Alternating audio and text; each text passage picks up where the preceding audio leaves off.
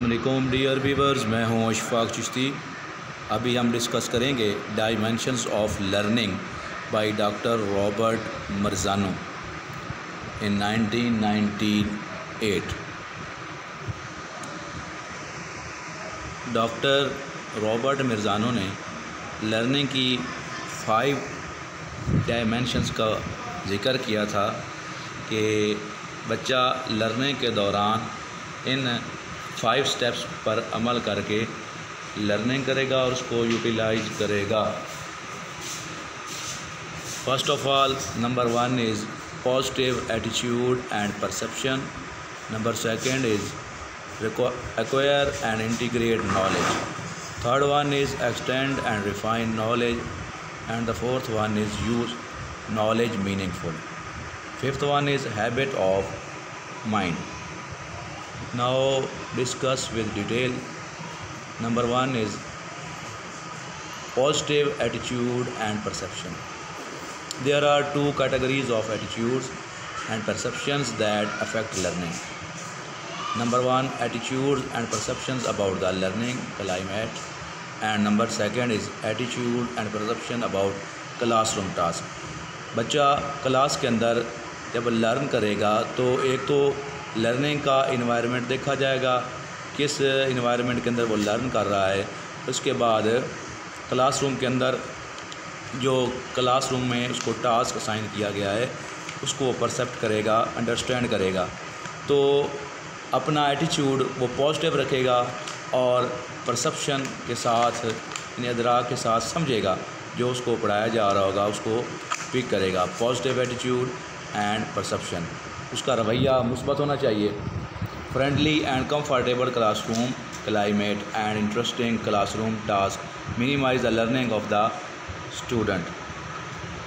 ये environment teacher को भी चाहिए कि दोस्ताना माहौल रखे और बच्चे को रिलैक्स रखे और इंटरेस्टिंग इन्वायरमेंट क्लासरूम का बनाए ताकि बच्चा अच्छी तरह से लर्न कर पाए।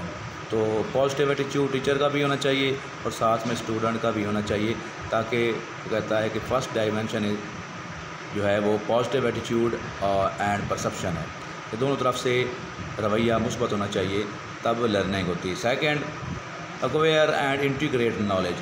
यहाँ पे जो बच्चा लर्न करेगा, एक्वायर करेगा, उसको इंटीग्रेट करेगा, तो उसने लर्निंग को डिवाइड किया फर्दर 2 कैटेगरीज़ के अंदर। नंबर 1 है डिक्लेरेटिव नॉलेज एंड नंबर 2 है procedural knowledge. Declarative knowledge it consist of information, facts and figures. ये मुख्तलिफ हक़ाइक़ के बारे में, मालूमात के बारे में और डिफरेंट फिगर्स के बारे में है कि बच्चा इसके बारे में जानेगा। इसके बाद नंबर 2 जो है procedural knowledge, it consist of learning skills, procedures and processes. तो ये मुख्तलिफ महारतों के बारे में है, तरीक़ाकार के बारे में है, किस तरह से काम को सर अंजाम देना है। तो ये मोटर स्किल्स के बारे में, बच्चा किस तरह से चीज़ों को सीखने के बाद उसको परफॉर्म करेगा। तो वो कहता है कि इन दोनों को इंटीग्रेट किया जाना चाहिए और दोनों का आपस में रब्त होना चाहिए और बच्चे को चाहिए कि वो नॉलेज हासिल करे ये दोनों तरह का और फिर आपस में इसको इंटीग्रेट करे, दोनों का इस्तेमाल लाजिम बनाए। This dimensions deal with what and how aspects of learning, the nature of knowledge that students learn in their classroom. Learning has further been divided into 2 categories. 2 categories में डिवाइड था, डिक्लेरेटिव एंड प्रोसीजरल। इसके बाद है third dimension, extend and refine knowledge. It provides students with opportunity to extend and refine their learned knowledge by practicing different reasoning process. जब बच्चा जो इल्म हासिल करता है इसके बाद उसको प्रैक्टिस करे, उसके अंदर मज़ीद इजाफ़ा करने की कोशिश करे। स्टूडेंट्स और टीचर के दरमियान डिस्कशन हो मुख्तलिफ मौज़ूआत पर और मौजूदा जो उसके कंसेप्ट्स हैं उसके अंदर मज़ीद वुसअत लाई जाए। These includes comparing, inductive reasoning, deductive reasoning etc. Compare and contrast करें अपने नॉलेज को साथ वाले अपने जो फ्रेंड्स हैं उसके साथ, टीचर्स के साथ और उसके साथ शेयरिंग करें और इस तरह से उसके जो है इंडक्टिव रीजनिंग जिसके अंदर पहले कवानीन, इसके बाद एग्जांपल्स होती हैं, और इंडक्टिव के अंदर पहले मिसालें एग्जांपल्स होती हैं, इसके बाद कवानीन। डिडक्टिव के अंदर पहले कवानीन होते हैं और बाद में एग्जांपल्स होती हैं। तो इनको यूटिलाइज़ करें। इसके बाद वो अपने नॉलेज को एक्सटेंड कर सकता है और उसको रिफ़ाइन कर सकता है। अगर वो उसको शेयर नहीं करेगा, एक दूसरे के साथ डिस्कशन नहीं करेगा, तो इस तरह से वो सीख नहीं पाता। Fourth one is use knowledge meaningfully. तो जो उसने लर्न किया है इसको यूटिलाइज़ करे। Learning of the students can be considered effective only if he she use the knowledge learn meaningfully in his और हर फ्यूचर लाइफ। कि जो उसने सीखा उसको अपने फ्यूचर की ज़िंदगी में उसको अप्लाई करे, उसको यूटिलाइज़ करे, ताकि वो मुस्तकबिल उसमें काम आ सके उसके अंदर और वो मुस्तकिल हो जाए।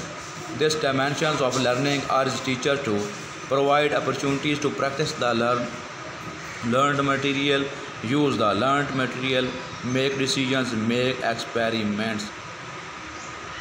फर्दर जो है इसको एनालाइज भी करे।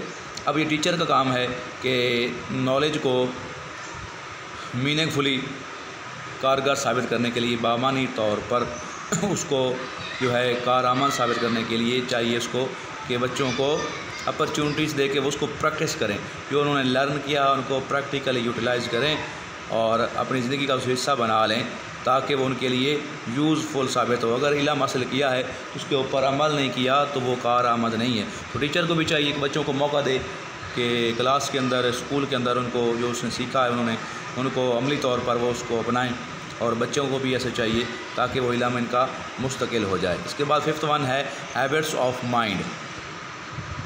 Productive habits of mind consist of 3 types of thinking. जो तख्लीकी आदत हैं दिमाग की, वो उसमें 3 तरह की सोच होती है। क्रिटिकल थिंकिंग है नंबर 1, नंबर 2 है क्रिएटिव थिंकिंग है, थर्ड वन है सेल्फ रेगुलेटेड थिंकिंग। के बच्चे की सोच एक तो क्रिटिकल होनी चाहिए, हर चीज़ को तनकीदी निगाह से देखे, उसके अंदर वो हर बात पे नुक्ताचीनी करे, वो निकाले उसमें से क्या खामियां हैं क्या खूबियां हैं, उसको ये उसके अंदर ये वस्फ़ पैदा होना चाहिए कि वो इस तरह इस काबिल हो कि जिस चीज़ को भी देखे एक तनकीदी नुक्ता नज़र रखता हो, कि हर चीज़ के अंदर ऐब और उसकी खसूसियात को वो जांच सके। नेक्स्ट क्रिएटिव थिंकिंग भी उसकी होनी चाहिए, इसके अंदर वो टीचर भी उसके लिए हेल्पफुल साबित होना चाहिए कि उसको हेल्प करे कि बच्चा क्रिएटिव हो, उनके अंदर क्रिएटिविटी पैदा की जाए बच्चों के अंदर। तो बच्चों को भी ये चीज़ खुद तवज्जो देनी चाहिए इस तरफ, और अपने अंदर क्रिएटिविटी पैदा करनी चाहिए उस्ताद की मदद से, कि वो तख्लीकियत उसके अंदर होनी चाहिए कि मुख्तलिफ मौज़ूआत के अंदर मुख्तलिफ चीज़ों में ख़ुद अपनी सोच को इस्तेमाल करते हुए चीज़ों को ख़ुद तख्लीक करे। इसके बाद है सेल्फ रेगुलेटरी थिंकिंग।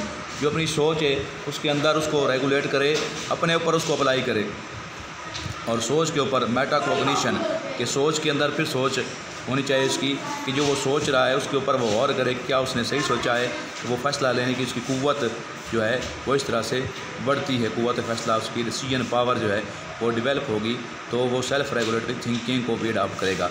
तो अपनी आदत के अंदर जो माइंड्स के अंदर हैं उसमें उसको 3 तरह का होना चाहिए। क्रिएटिव जो है क्रिटिकल थिंकिंग उसकी होनी चाहिए, और क्रिएटिव माइंड उसको होना चाहिए, उसका क्रिएटिव थिंकिंग होनी चाहिए, और सेल्फ रेगुलेटरी उसको खुद भी अपने ऊपर अप्लाई करना चाहिए। तो ये थी 5 डायमेंशंस ऑफ लर्निंग। उम्मीद करता हूँ आपको वीडियो अच्छी लगी होगी। चैनल को सब्सक्राइब कीजिएगा, वीडियो को शेयर और लाइक कीजिए। अल्लाह हाफ़िज़।